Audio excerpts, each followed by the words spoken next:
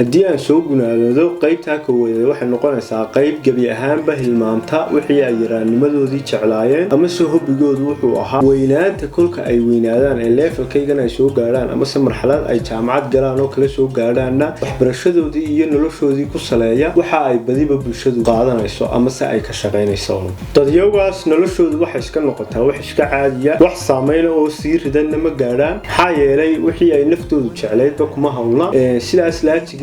waxaan ay qabanayaan danta iyo duruufaha ayuunbaa dabada kaga riixaya si ay waxaan u qabtaan ma aha wax naftoodu ay jeceshahay qodobkaas aynu halkaa kaga gudubno inaad inuu wax ka fahantiin waan rajeynayaa qodobka labaad ee dadku u qaybsamo haddii aynu u soo galno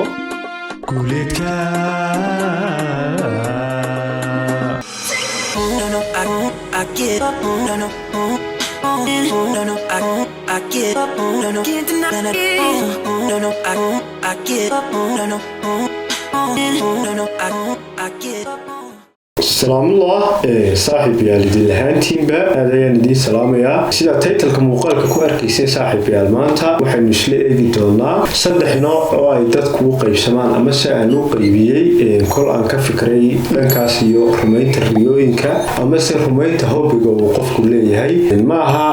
muuqaalkani ma noqon doono mid aan aad u editing garayn doono oo aan jarjari doono ama se graphic motionskii ay muuqaaladeenna hodanka ku ahaayeen aan isticmaali doono sababtoo graphic motionskaasi waxa laga yaabaa inay ka mashquuliyaan nuxurka iyo dixda muuqaalka marka muuqaalkani wuu qalalnaan doonaa muuqaalkani maaha muuqaalan soo diyaariyey awal hore muuqaalada qaab script ahaan ayaan soo qoran jiray intaanan idin hor iman ka hor waxoogaana waan soo falanqayn jiray haddii ay tahay aragti maskaxdeeda ka timi iyo hadday tahay aragti aan meel kale aynu kasoo xiganayba muuqaalkani saaxiibayaal wuxuu noqon doonaa mid aynu kala faa'iidaysano ani ahaan ayuunbaa 3 qaybood u kala dadka kolka la joogo rumaynta hobbiga ama sariyada balse xagan aanan ka eegin ayaad ka eegi kartaa oo qayb kale ayaa jiri karta oo aad ku soo dari kartaa waayo bini aadan baan ahay xagan aanan wax ka eegin ayaad adigu ka arki kartaa waan soo dhaweynayaa qaybta hoose ee commentiga ayaad nagula wadaagi doontaa haddii aad qayb kale oo aad ku dari lahayd ay jirto arrinkani saaxiibayaal kolka dhinac laga eego wuxuu la xiriirsamayaaba wax soo saar la-aanta ay soomaalidu ku caan tahay qodob kale ama se muujad kale inaan dhex dabaalan horta aynu soo noqono qodobkeena qof kasta oo koonkan intuu saaran waxa uu leeyahay riyo uu jecel yahay inay maruu nurmoodo balse dadka qaar way hilmaamaan riyooyinkooda haddii aad imika u yeedho koox caruur ah oo meel kubad ama balooni ku ciyaaraysa oo aad weydiisa maxaad jeceshahay inaad mustaqbalka noqoto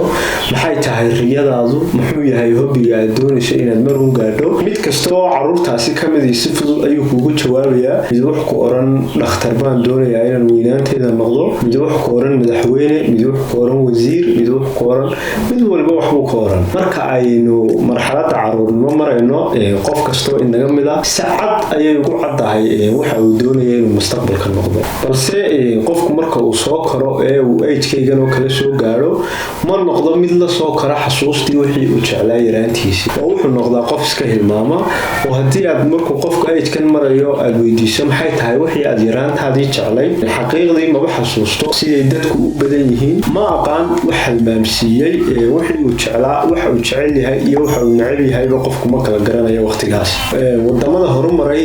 taa waa laga caawiyey oo qofku markuu yar yahay ee uu soo kacaamo ee uu iskuulka tegayo ayaa waxa uu ku fiican yahay la weydiiyaa jeerkaasna marka uu sheego qofku waxa uu ku fiican yahay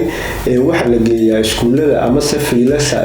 la xidhiidha waxa uu jecel yahay oo ayaga dadkaas waa laga kafaalo qaaday inay sii xasuusnaadaan ilaa weynaantooda wixii ay jeclaayeen si ay u gaadhaan balse inagu maadaama oo ay arintaasi jirin dadka badidii way hilmaamaan wixii ay jeclaayeen marka ay da'deeda soo gaadhaan maadaama oo ay ilaaween wixii ay jeclaayeen maadaama oo qofkii hilmaamay wixii uu jeclaa qofku noloshiisii iyo waxbarashadiisii wuxuu isaga dabaqayaa wixii ay ama asxaabtiisu qaadato ama uu arkay inay bulshada badidii qaadato masaka ugu leeray naga mid inuu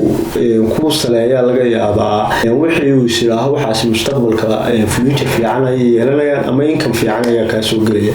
balse ma raadino wixii aynu jeclayn inaynu barano xaqiiq waxa qofku markuu wuxuu jecel yahay gacanta ku hayo ee uu baranayo ama ka shaqeynayo inuu uu kaga saameyn badnaan doono marka aan waxaanu jeclayn ka shaqaynayo ama sabaranayo. Tusaale ahaan aan soo dhaweeyo haddii aan yaraanimadeydii anigu jeclaa inaan doctor noqdo balse markaan age soo gaadhay age-kan jaamacadda gelayo kale aan hilmaamay wixii aan jeclaaba oo aan ganacsi iska dhigto maadaama ay asxaabtaydu ganacsi iyo wax lamid iska qaadatay ama business lagama yaabo inaan saameyn xoogan fakalkaasi ka keeno. maxaa yeelay waxaan markaan qabanayo nafsad ahaan moraalba uma hayo wax naftaydu ay jeclayn maaha. si aan muuqaalku inoola sii dheeraan qodobka koowaad iyo waxba ku sii dheeraanin haddii aan soo gunaado qaybta koowaad waxay noqonaysaa qayb gabi ahaanba hilmaamta wixii ay yaraanimadoodii jeclaayeen ama soo hobigoodu wuxuu ahaa weynaanta kolka ay weynaadaan ee levelkaygan ay soo gaadhaan ama se marxalad ay jaamacad galaan oo kala soo gaadhaanna waxbarashadoodii iyo noloshoodii ku saleeya waxa ay badiba bulshadu qaadanayso ama se ay ka shaqaynayso.